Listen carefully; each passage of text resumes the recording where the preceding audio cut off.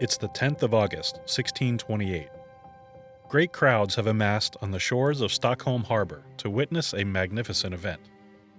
The new flagship of the Swedish fleet, the Vasa, is preparing to set sail on its maiden voyage. Thousands of people from Stockholm and beyond have gathered here. Flags and banners flap in the breeze, and excitement grows among the spectators. The Vasa is the brainchild of Sweden's King Gustav Adolph. His vision of a grand warship more powerful than any other in the Baltic Sea has finally come to fruition. The crowd roars with approval as the Vasa cuts its lines and sets sail. As the Vasa sails away from its port, it fires one of its cannons as a salute to King Gustav Adolph, the Swedish Navy, and all on hand to witness this event. But within the hour, the Vasa would be no more. The story of the Vasa, today, on Shipwrecks and Sea Dogs.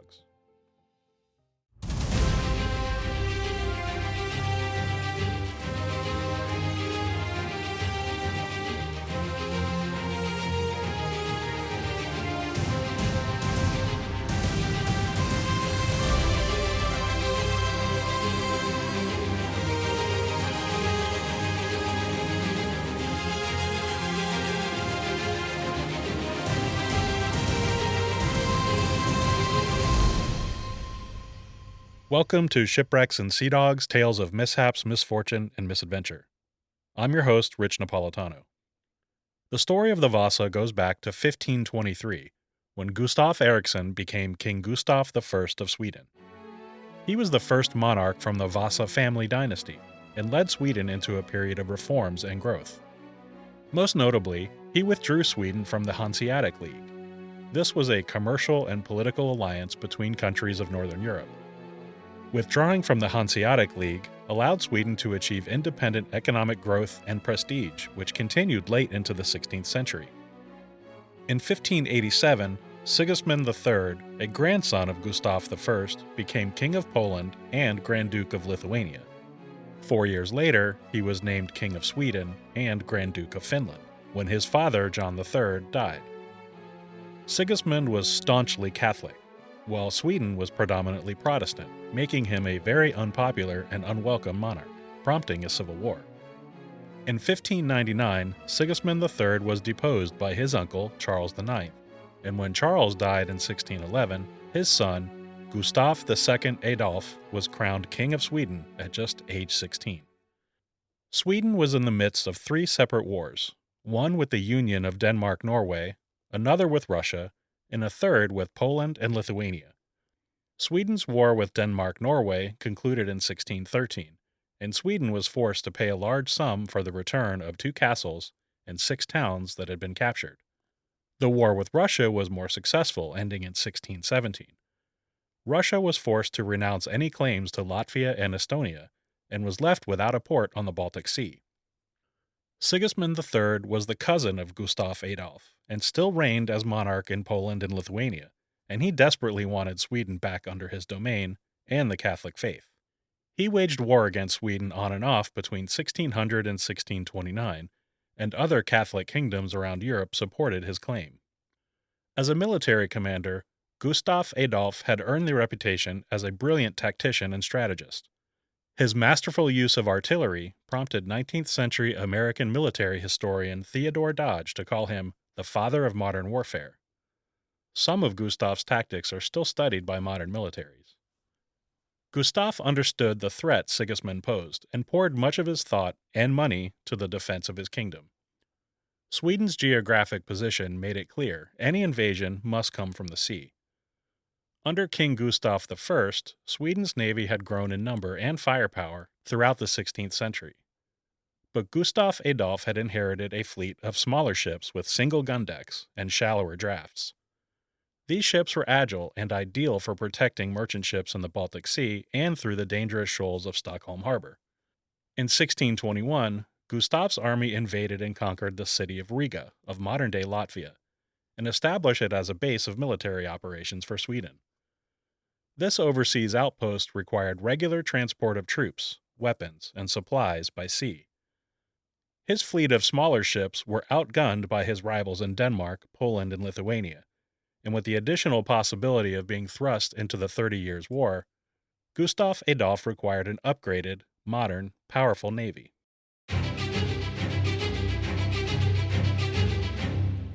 In late 1624 and into 1625, the king formed a partnership with Dutchman Henrik Hybertsson, a master shipwright, and his business partner Arent de Groot.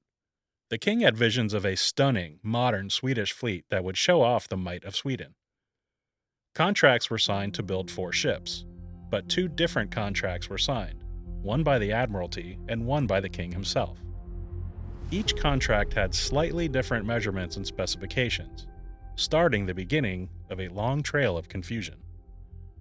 The men got to work planning and carrying out Gustav's vision. Ultimately, 4 new warships were planned to be built over the next 4 years. 2 large ships of 135 feet and 2 smaller ships of 108 feet. Henrik Hybertsson ordered the timber and had it cut to size according to his plan. Before construction was underway, Gustav Adolph began a series of unfortunate meddling. In September of 1625, Sweden had lost 10 ships of its fleet in the Bay of Riga, a staggering loss. To quickly reinforce his navy, he changed his order to 2 medium-sized ships of 120 feet, to be built on an accelerated schedule. Communicating with the king through Vice Admiral Claus Fleming, Henrik Hybertsson refused. The lumber had already been cut for the 2 smaller ships, and nothing could be done. The keel of what would become the Vasa was laid down in the winter of 1626 at Skeppsgarden Navy Shipyard in Stockholm. The plan for the Vasa was a 135-foot warship with 2 gun decks. Warships with 2 gun decks already existed, but were not common at this time, and Hybertsson, although experienced, had never built one. With construction underway in 1626, Hybertsson became very ill and eventually bedridden. He was forced to hand over operations to his assistant shipwright, Henrik Jacobsen. Meanwhile, hundreds of craftsmen and laborers toiled 6 days a week throughout 1626 to complete the hull and masts. Mast makers, sail makers, sawyers, turners, blacksmiths, carpenters, and other skilled tradesmen worked tirelessly from sunrise to sunset. Prisoners were even forced to work in the blacksmith shop, stoking the fires to keep the wheels of production churning. About half of the laborers at the shipyard were Swedes, with the other half coming from Denmark, the Netherlands, Estonia, Germany, and Finland. Some of the Samer nomadic people from the north even found work on the Vasa. As a result, language differences made communication difficult, and 2 different systems of measurement caused even further challenges. When it was discovered the seasonal foreigners were being paid almost double that of native Swedes, tensions mounted. The shipyard at Skeppsgarden was located on an island on what today is the Blasieholmen Peninsula. A guard was posted at the bridge to the island to monitor everyone who entered and departed the shipyard. After all, it was a military installation and security was vital.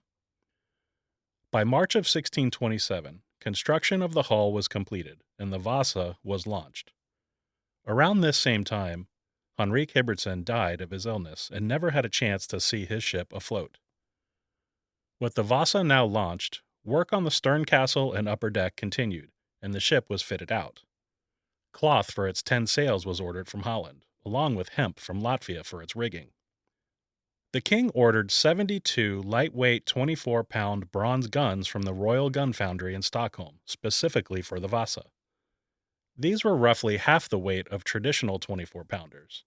But in the confusing design alterations and changes in the construction schedule, the Vasa's second gun deck was built with port openings for 12-pound guns. Nevertheless, the Vasa's final armament consisted of 48 24-pound guns across the 2 gun decks, 8 3-pounders, 2 1-pounders, and 6 Stormstycken, or howitzers, on the upper deck. At the time of its maiden voyage, 8 of the Vasa's 72 gun ports were vacant. The Vasa was an impressive warship, 226 feet long, 38 feet wide, and 172 feet tall from keel to the top of the main mast. It would be the most powerful ship in the Baltic at the time, and perhaps even the world.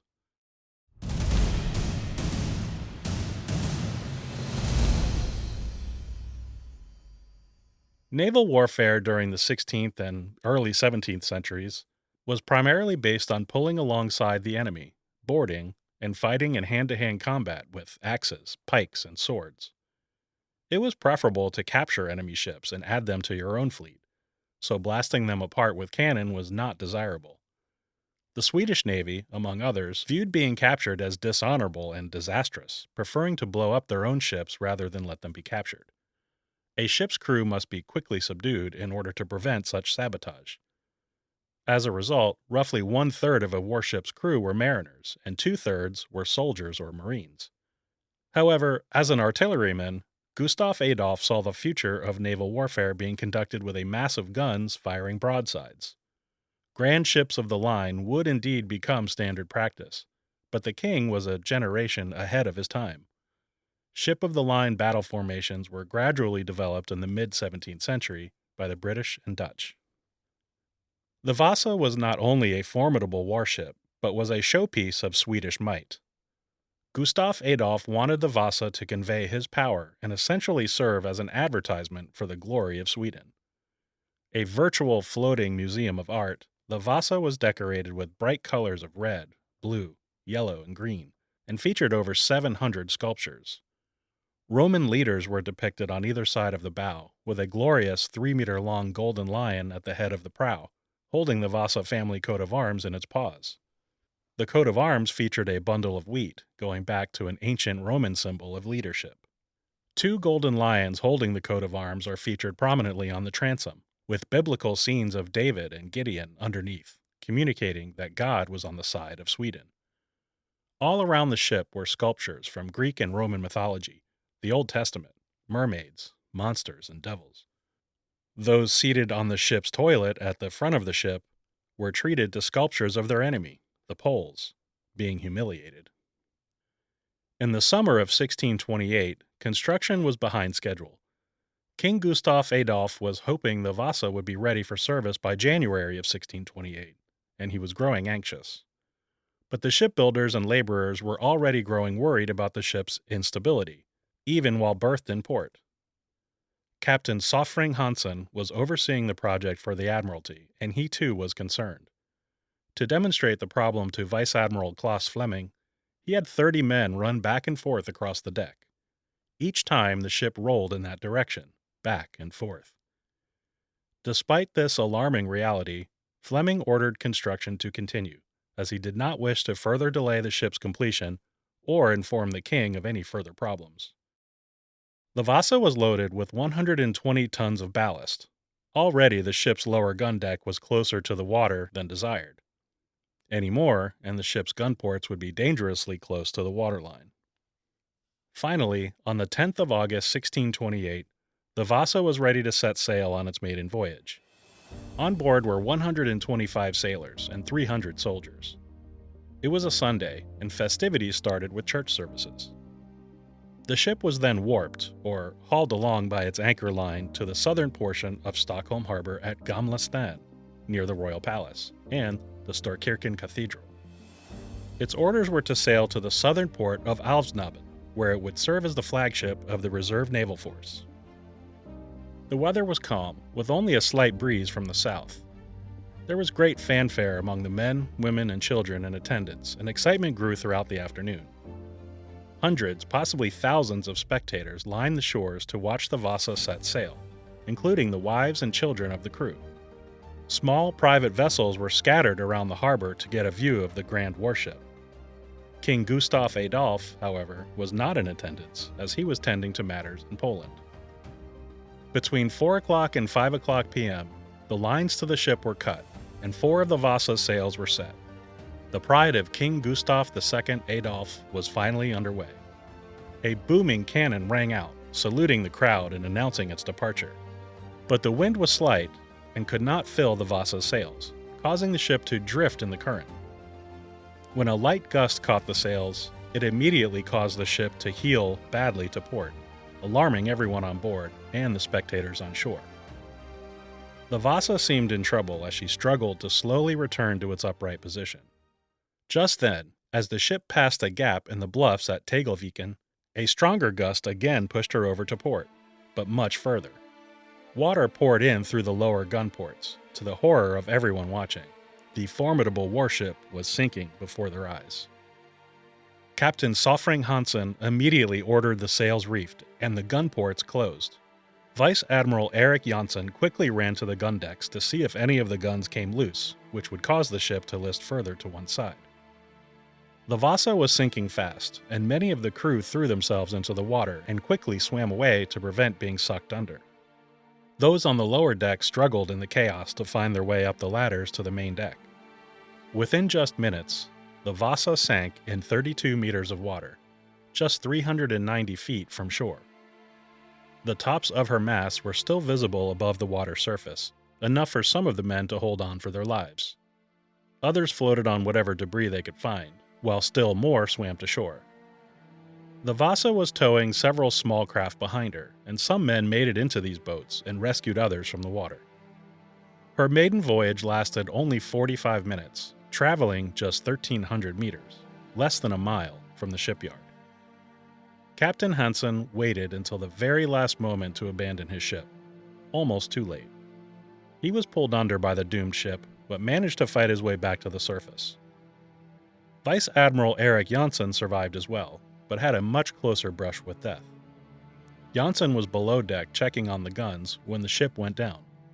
As he tried to escape up a ladder, it collapsed and he was struck in the head by a loose hatch cover. Pulled from the wreckage and feared dead, Janssen slowly recovered. The original captain of the Vasa, Captain Hans Janssen, perished. While the vast majority survived the wreck, a total of 30 people lost their lives on the Vasa. A horrible sadness and grief overtook the city, followed by mourning and disbelief. But outrage and anger soon followed, as a search for answers began. Sweden's Privy Council sent a letter to Gustav the following day, finally arriving a week later. The king was furious. He sent his reply blaming, quote, imprudence and negligence as the cause of the sinking. The king made it perfectly clear that he wanted answers and someone to blame. In Stockholm, Captain Hansen was brought in for questioning. During his interrogation, he testified that all the guns were secured, none came loose, and he denied allegations of drunkenness among the crew. The council launched an official inquiry on the 5th of September 1628. All of the surviving officers and crewmen were questioned, as well as the surviving shipwright Henrik Hybertsson and several other expert witnesses. The crewmen were grilled about conditions on the ship, including the rigging of the sails, positions of the guns, amount of ballast in the hold, as well as the sobriety of the crew and officers. The shipbuilders were questioned about the design of the ship, why it was built so narrow, why was it so top-heavy. Henrik Hybertsson testified that he continued the plan given to him by Henrik Hybertsson, as directed by the king. In fact, he widened the ship an additional 1.5 feet. But the crew blamed the tradesmen, and vice versa. All the plans and specifications, armaments, and other details were dictated by and approved by the king himself, and nobody dared to even hint of blaming the king. When the inquiry concluded, nobody was found guilty for the sinking of the Vasa. With the original designer and shipbuilder Henrik Hybertsson dead, blame was generally assigned to the unfortunate dead man.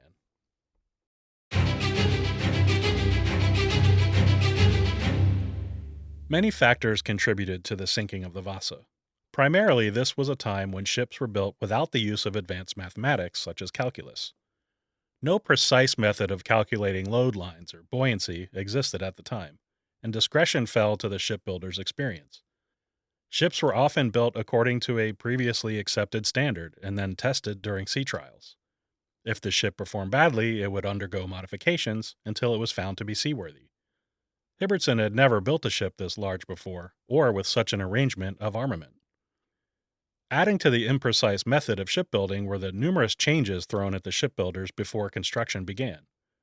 With international laborers performing the work, it's easy to see how changes would be difficult to communicate and mistakes could be made. The Vasa became infamous throughout the centuries, and today we have the term Vasa syndrome in the business world to indicate communication failures and changes in plans causing a project to fail. King Gustav Adolph certainly shares some of the blame.